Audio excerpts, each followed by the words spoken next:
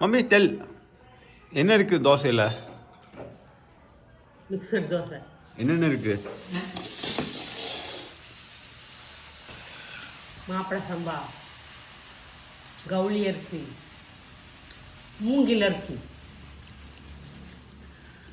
பாசி பருப்பு தோலோட, அப்புறமேல் வந்து கோதுமை, முழு கோதுமை, சம்பா கோதுமை போட்ட,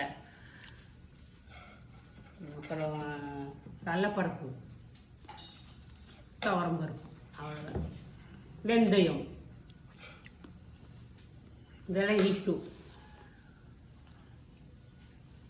நல்லா போட்டு மிக்ஸ் பண்ணி இது போட்டு அரைக்கிறதுக்கு வந்து சீரகம், மிளகா, உப்பு அரைச்சி ஒரு 8 hours ஊறணும். அப்புறம் தோசை ஊற்றணும். அவ்வளோதான். புதினா சட்னி. ஆமாம்.